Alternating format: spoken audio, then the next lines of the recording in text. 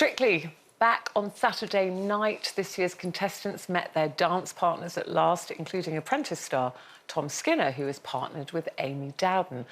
Tom's wife, Sinead, was there in the audience to support him. This is amidst stories of Tom cheating on her shortly after they got married. Tom says Sinead is his rock, and she has been unbelievable after forgiving him for an affair, which was over 3 years ago. Friends close to his wife say this is old news and that she's moved on.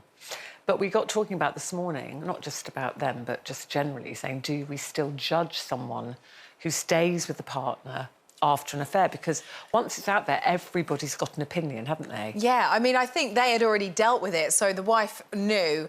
But I think this is the trouble with a lot of these kind of big kind of Saturday night shows, is the minute you sign on to it, your kind of life is out there then to be judged or picked at, and things that maybe were kind of skeletons in your closet from a long time ago or something will you've come dealt out. with, or something you've dealt with. You've dealt with it. And I think it looks like they've done an amazing job. I mean, the wife was there on Saturday night supporting him, and I think to recover from an affair is very, very difficult. I think if there's children involved, if you've been together a long, long time, I mean, I think sometimes you just have to park your own feelings and just look at the bigger picture and how that's going to affect the family.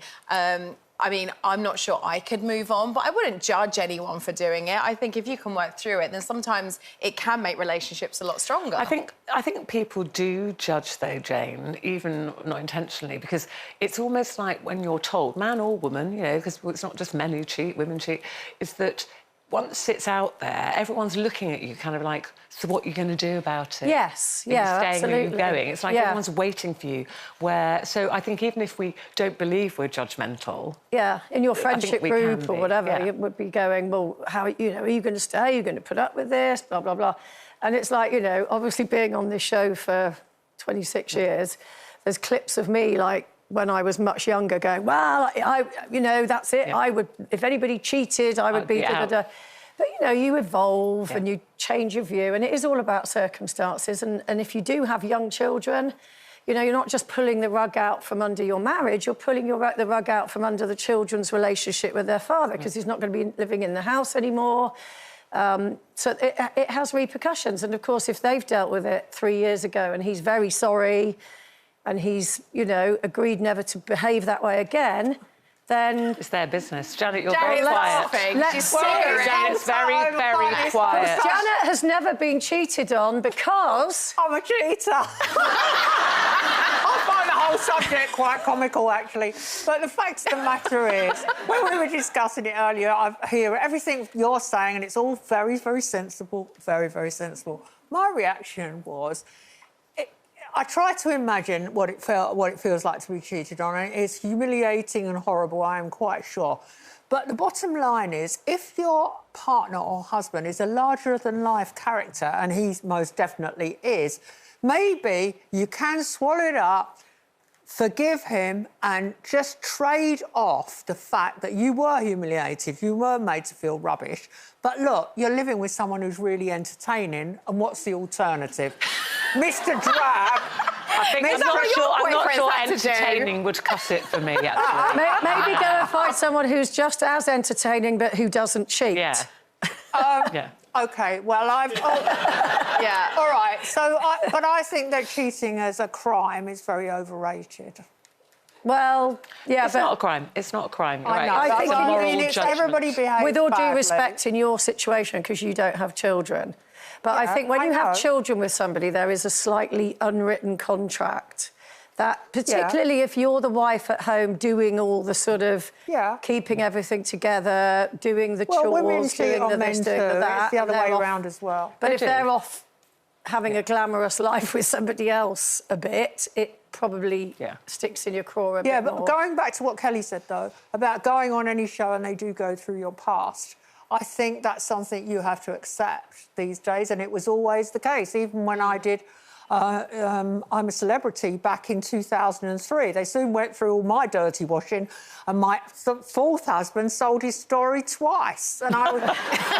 luckily, the headline... Which version was the best? Well, luckily, I like... You've been waiting years for that. When you did I'm a Celeb, did you have to worry about that? Did they come to you and say, look, just so you know, your life now is going to be out there for everyone to judge? That's part of the preparation. You go and they send you to see a sort of a psychologist, psychiatrist, whatever, and part of it, she says, is you have to be prepared that if... She said, is there anything in your life you're worried about?